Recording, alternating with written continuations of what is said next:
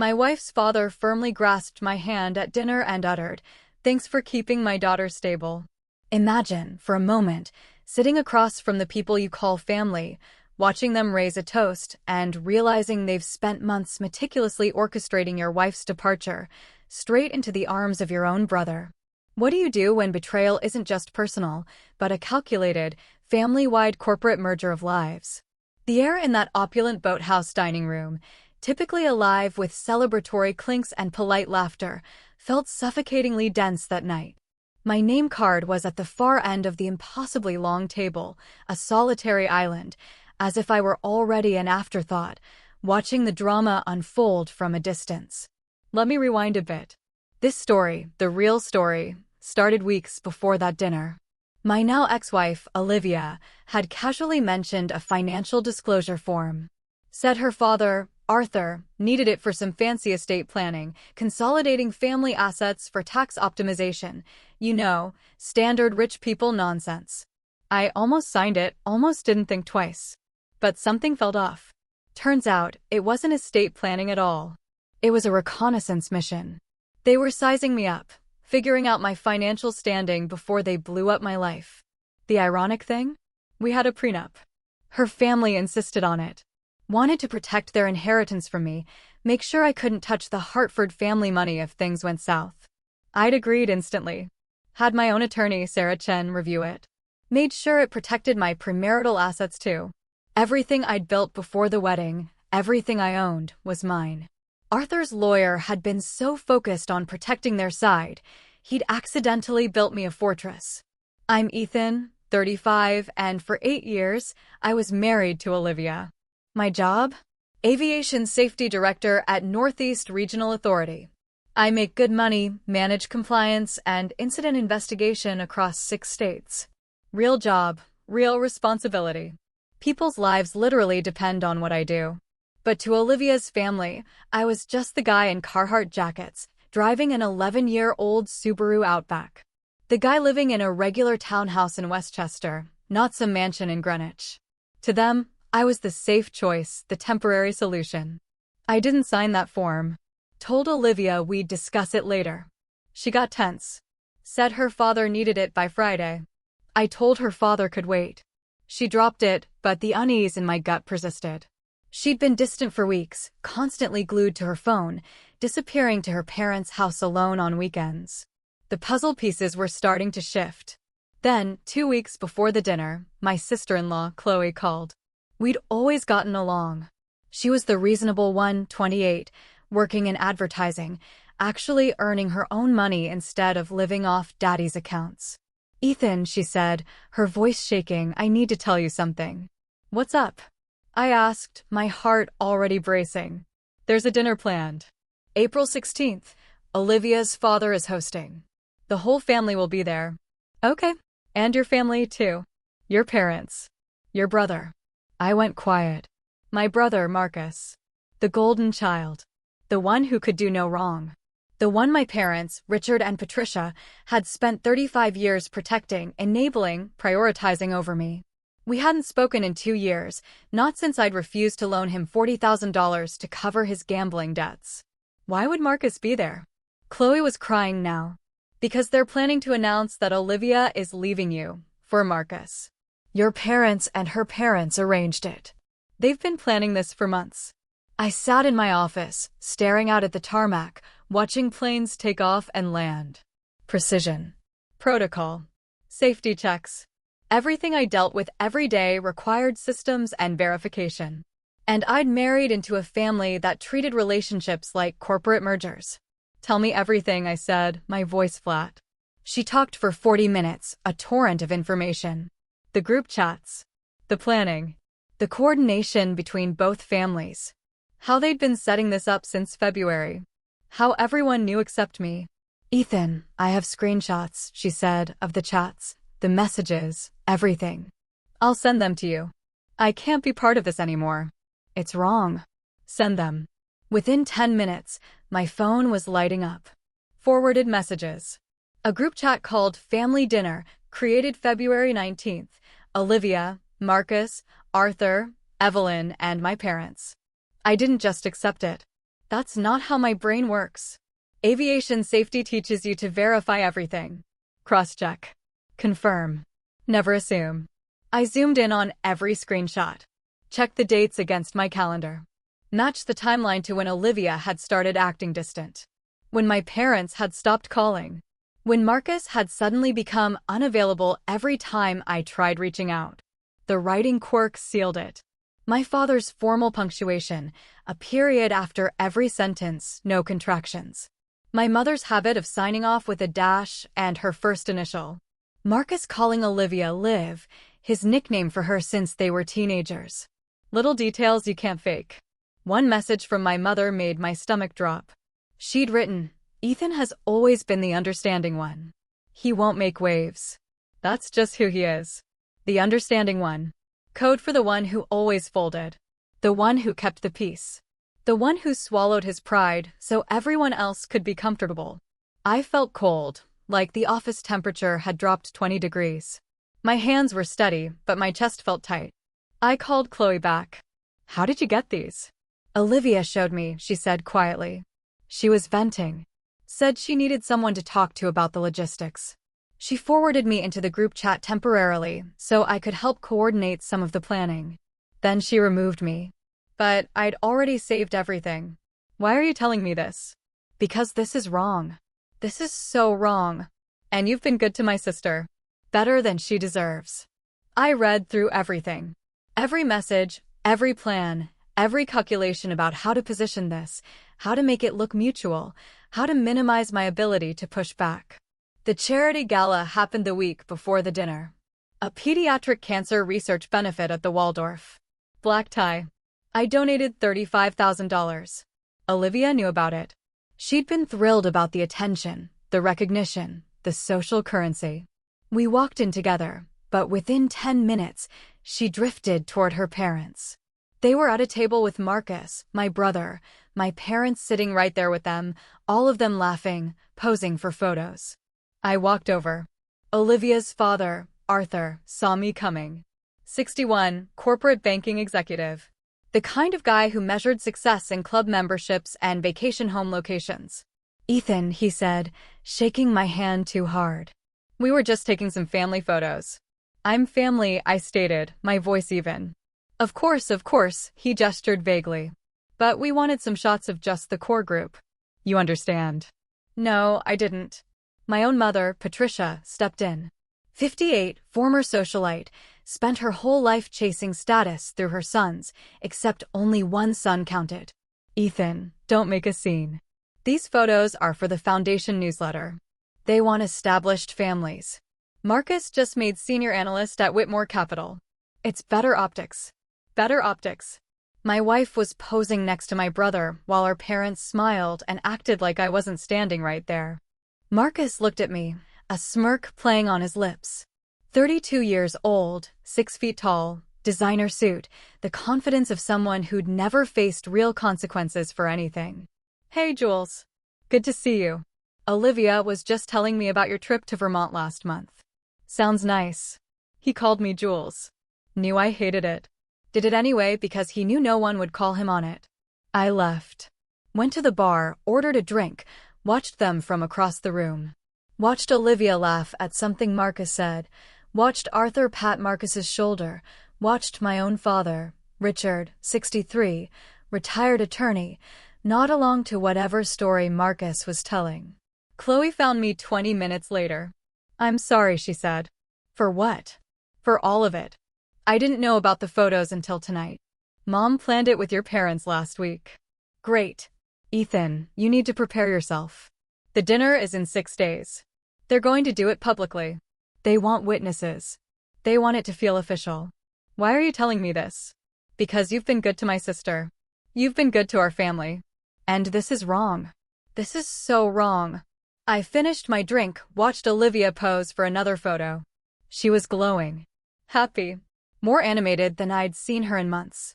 "She wants this," I said, a hollow ache in my chest. Chloe looked at her shoes. "Yeah, she does." The next day, I was in my home office when I heard voices from the bedroom. Olivia's door was closed, but the walls were thin. She was on the phone. "No, Mom. I'll say exactly what we rehearsed. I want what's best for my future. That's the line. It sounds mature. It sounds like I'm making a rational decision. Silence while she listened. Of course, I'm sure Marcus is going places. He's got the Whitmore position. He's got the connections. He's got the family name everyone respects. Ethan is stable, but stability isn't a future. Stability is just maintenance. More silence. I know. I know it's been 8 years, but that's exactly why we need to do this now, before more time passes. Before I'm 40 and stuck in Westchester in a townhouse talking about aviation regulations at dinner parties. I can't go back to being the one everyone pities. I stood there in the hallway, recording every word on my phone. Voice memo app, timestamped. April 10th, 2:15 p.m. She kept talking. Marcus understands what I need. We've been talking for months. He gets it. He gets that marriage is about building something impressive, something people notice. Ethan is good at his job, but nobody cares about aviation safety. Nobody asks about it at parties. Nobody respects it the way they respect finance.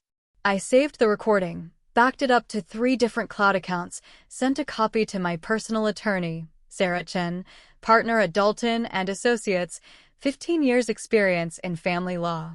I'd kept her on retainer since the gala. Had a feeling I'd need her. Sarah called me an hour later. Ethan, this is damaging. Combined with what your sister-in-law sent you, you have serious documentation here. Yeah, I understand. If they go through with this dinner the way she described, you need to document everything. Record it if possible. Then we respond appropriately. Good. Do you want my advice? Always let them do it. Let them perform their ceremony. Then we handle it properly. The dinner.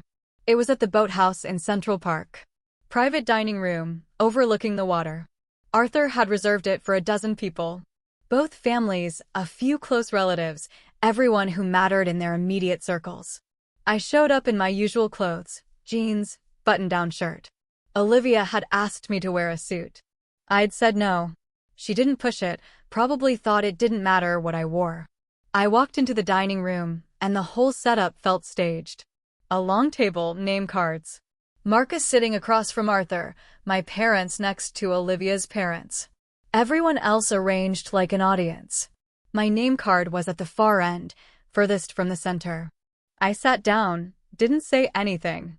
The table was doing that forced conversation thing where everyone talks at you, but nobody's actually listening.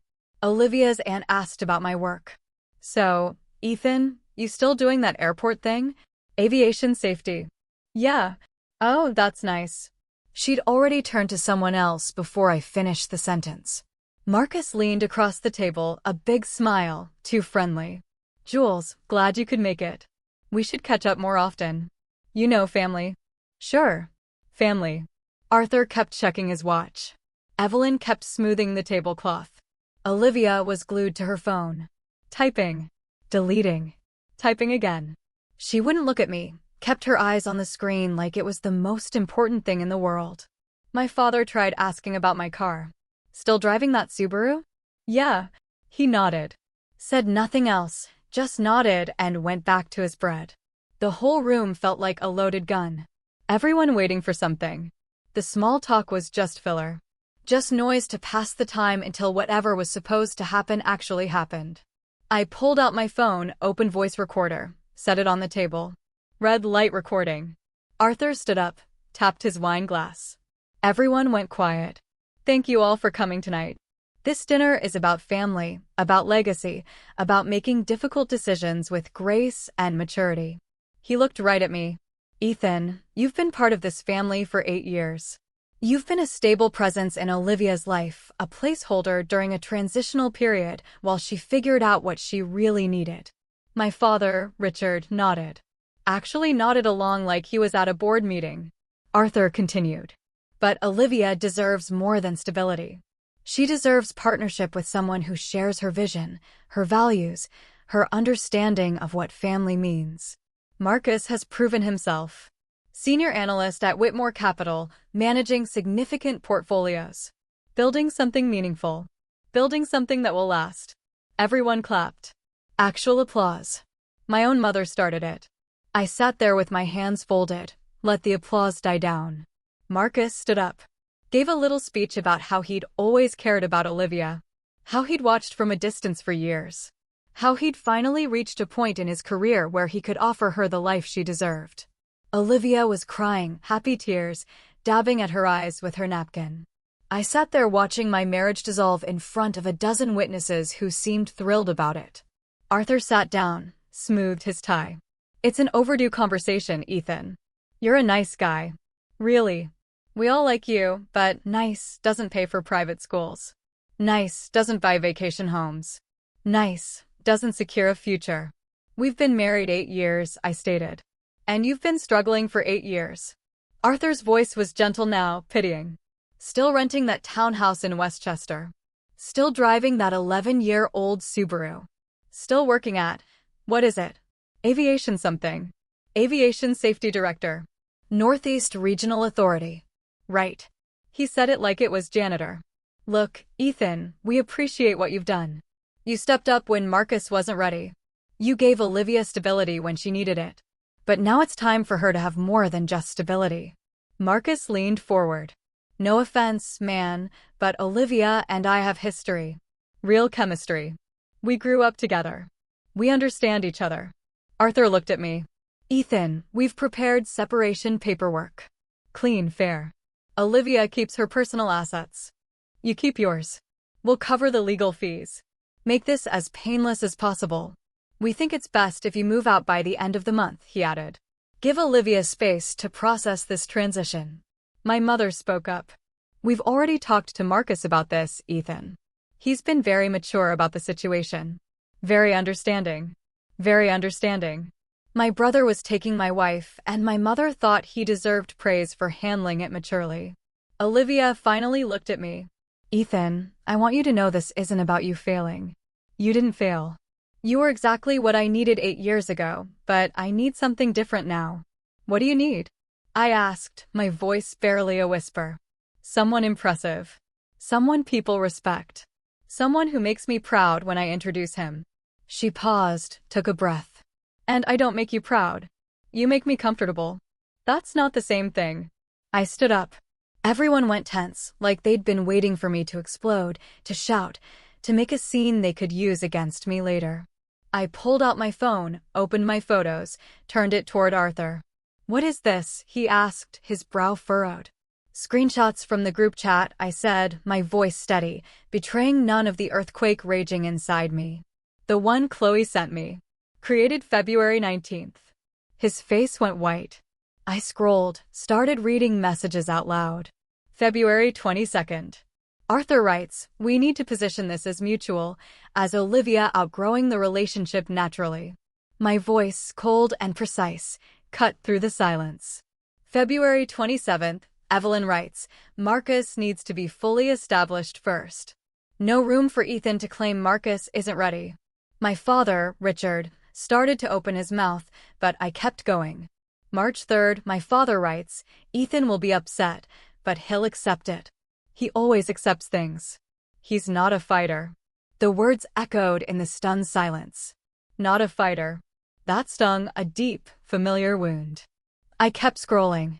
March 10th, Olivia writes, I've been setting up the financial separation quietly, moving my personal accounts, establishing credit independently. When we announce, I want to be able to leave immediately. March 15th, Marcus writes, should I reach out to Ethan beforehand or just let it happen at dinner? March 16th, my mother writes, let it happen at dinner. Cleaner that way. Less room for him to negotiate. The room was dead silent. I pulled up another screenshot. Different group chat. This one called Transition Logistics. This one's interesting, I said. Let me read a few highlights. Olivia writes, if Ethan makes this difficult, we say he was controlling, that he isolated me from family. I looked at Chloe. She was staring at her plate, mortified. She'd already apologized to me privately, had sent me everything. She wasn't the enemy here. Chloe writes, I don't think we should do that. My gaze swung back to Olivia. Olivia writes, it's not lying. It's reframing. He did prioritize his work. That's a form of control. And then there's this one. I said, my voice rising slightly, tinged with a dangerous satisfaction. From Marcus to Olivia. Dated March 25th, Marcus writes, "Once this is done, I'm moving into the townhouse with you, right? I can't afford rent, and the Whitmore Capital position isn't as high-paying as I made it sound." The table erupted. Arthur started shouting. My father stood up, face pale. Marcus looked like he'd been hit by a truck. I kept going. Olivia writes back, "Wait, you lied about the salary?" Marcus writes, "I exaggerated. Senior analyst sounds better than junior analyst, and the portfolio numbers are team totals, not individual. But it doesn't matter. Your dad said he'd help us financially. That's the whole point." Arthur's face went purple. I pulled out a folder, set it on the table. "Divorce papers filed this morning. My lawyer has everything documented." Olivia stood up, aghast. "How did you get those?" "Your sister sent them to me," I said, a slight tremor in my voice, but not from fear. "She couldn't stomach what you were planning." I pulled up my banking app, showed them the balance. $1.8 million. Marcus's jaw dropped. I'd been investing quietly for years. I wasn't remotely broke. Arthur's face had gone gray. Evelyn actually gasped. I kept it quiet because Olivia asked me to. I looked at her. "Remember, 2 years into our marriage, you said your family was judgmental. Said they'd treat me differently if they knew about money. Said it was better if they just thought we were normal middle-class people." I paused. "Guess you were right about that. You've been lying to us?" Arthur sputtered, disbelief and anger battling on his face. "For 8 years. No. You never asked. You assumed. I wore normal clothes, drove a normal car, lived in a normal place. You filled in the rest with your own prejudices." I pulled out another document. Marcus's credit report. I showed them the score. For 92, I showed them the debts. Over $100,000. Credit cards, personal loans, defaulted car lease. "And you thought he was going places," I said to Olivia, my voice laced with venom. Arthur tried again, his tone now pleading. "Ethan, this doesn't have to be adversarial. You tried to trade my wife to my brother like she was a corporate asset. You involved my parents. You planned this for months. You created group chats to coordinate my humiliation." I picked up my folder. "My attorney will contact you. She's very good at these kinds of cases." I looked at Marcus. "Stay away from me. If you contact me, show up at my workplace, come near my property, there will be consequences." Marcus started to speak, but I cut him off. Walked out. Didn't look back. I got in my Subaru. Sat there for 10 minutes with my hands shaking, just breathing, processing what had just happened. Then I drove to the Marriott Marquis in Times Square. Had a suite booked, king bed, room service. My phone started ringing immediately. Olivia, Arthur, my parents, Marcus. Numbers I didn't recognize. I blocked all of them. Every single number. Blocked their emails. Blocked their social media. Called Sarah. "How'd it go?" she asked. "Exactly like you said it would." "Good. We'll handle everything properly from here." Sarah filed everything on Monday. The documentation was thorough. All the screenshots Chloe had sent, all the recordings, the timeline of planning, the coordinated effort between both families. It took weeks of back and forth. Court dates got pushed. Sarah handled most of it while I tried to keep working. Tried being the key word. Work was the same. My performance was fine, but everything else felt off. I stopped sleeping right. Not dramatic, just waking up at 3 a.m. and staring at the ceiling for an hour. Brain running through scenarios. What if they showed up? What if they tried something else? What if I'd missed something in the documentation? Stopped eating breakfast. Coffee was enough. Lunch was whatever I could grab without thinking about it. Lost 8 pounds in 3 weeks without trying. Started locking my hotel room door twice. Checking it before bed. Checking it again an hour later, because I couldn't remember if I'd actually locked it or just thought about locking it. Stopped going to my usual places. The coffee shop near the office, the running trail I'd used for 5 years. Anywhere that felt predictable, anywhere they might know to look. Put my phone on silent. The vibration was making me jumpy. Every buzz felt like another attack. Another message. Another attempt. Sarah noticed. Asked if I was okay. I said yeah. She didn't believe me, but she didn't push it. My phone was still blowing up from numbers I hadn't blocked yet. They started trying other methods. Olivia showed up at my workplace on Tuesday. Security called me. "Sir, there's a woman in the lobby claiming to be your wife. Says it's an emergency. Tell her I'm unavailable. If she returns, call the police for trespassing." She came back Wednesday. Security escorted her out, told her next time would involve arrest. Thursday morning, I got an email from my boss, David. 51, former investigator, no-nonsense guy who'd been running the division for 12 years. "Ethan, I received a concerning call from someone claiming to be your father-in-law. Suggested you were under extreme stress. Implied you might be unstable. Want to tell me what's going on?" I forwarded him everything. The screenshots, the recordings, the timeline, the legal documentation. He called me 10 minutes later. "This is legitimately insane. Your own parents were in on this? Front row seats. I'm putting a security flag on your file. If anyone calls about you, I'm referring them to legal. And for what it's worth, your performance reviews are flawless. If you need time off, take it.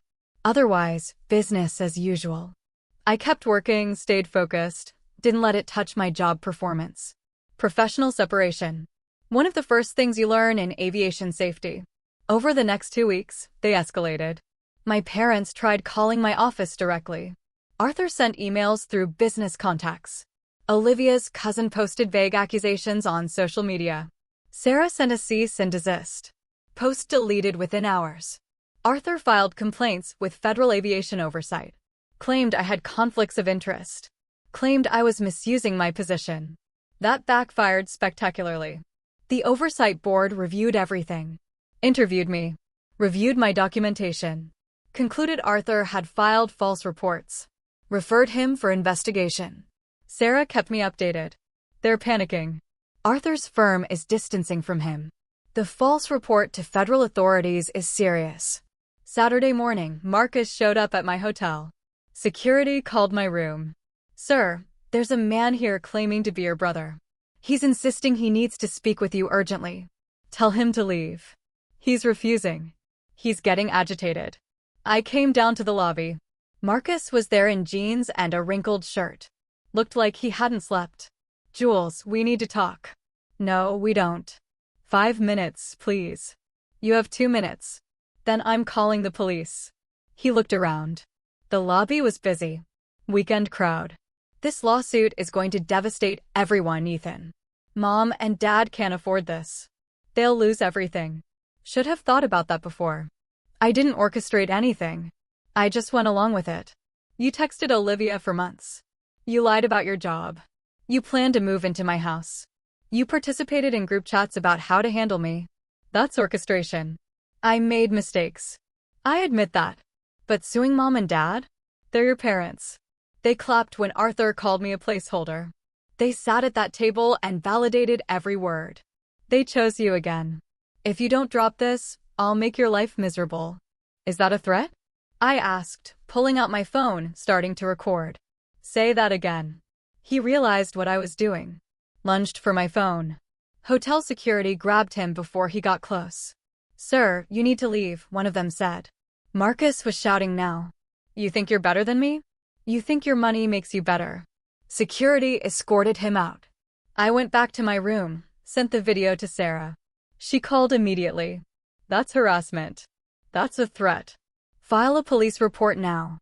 I filed it that afternoon. Marcus was served with a restraining order a few days later after the paperwork went through. 500-foot minimum distance. No contact. Violation would result in arrest. That same week, someone leaked my personal information online. Home address, phone number, email. Posted to some forum with vague accusations about corruption. Sarah got it removed and added cyber harassment to the case. The following week, I got a call from HR. Brenda, our director, wanted to meet. Ethan, I need you to come to my office. We've received some allegations. What kind? I'd prefer to discuss in person. I went to her office. She had a file on her desk.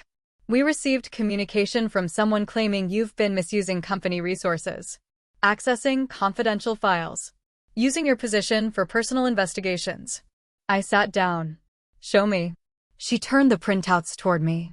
The email claimed I'd used work systems to pull background checks on family members, violated privacy policies. All lies. I pulled out my phone, showed her my personal account logs. Every search was from my personal laptop using services I paid for myself. Background checks through private companies, phone records through our family account that I owned. I showed her everything. Timestamps, payment receipts. Brenda reviewed it carefully. This is thorough. I'm director of aviation safety. Documentation is what I do. Who do you think sent this? My father-in-law or my brother? They're trying to damage my credibility. She made notes. I'll forward this to legal. If this is retaliation, it's serious. I'm putting a protection flag on your file. Thank you. By late May, the cracks were showing publicly. Their whole social circle knew about everything. Words spread fast. People got wind of the details. Chloe reached out to apologize privately. Said she'd been horrified by everything that happened. She kept me updated occasionally. Arthur resigned from his club. She texted, too many people asking questions. Evelyn stopped going to her charity meetings. Nobody's accepting their invitations anymore. And Olivia? She's living with them. The townhouse lease ended, and she couldn't afford to renew it. She's working full-time now. First job in 8 years, paralegal, makes $48,000 a year. And Marcus? Chloe sent a link. Marcus had left Whitmore Capital, now listed as financial consultant, which means unemployed. I replied, yeah, he got fired. Gambling on company time. Terminated for cause. No severance. He's living with your parents. His credit is too damaged for apartment approval. Settlement offers started coming. Arthur offered $200,000 initially. Sarah told him to revise. He revised to $400,000. We declined. Your parents are trying to settle too, Sarah told me. Offering $150,000. They'd have to mortgage the house. It dragged. Motions, delays, paperwork, but as discovery continued, the offers climbed. Arthur eventually hit $600,000. My parents stayed at $150,000 with the mortgage requirement. Olivia offered her BMW and $8,000 cash, all she had. Olivia was countersuing, claiming I'd stolen marital assets, hidden money, committed fraud. Sarah laughed when she saw it. This is desperation. She signed a prenup. This will get dismissed. It got dismissed 3 weeks later. Judge ruled the prenup was valid. I disclosed everything required. Olivia's lack of curiosity about finances during marriage wasn't fraud.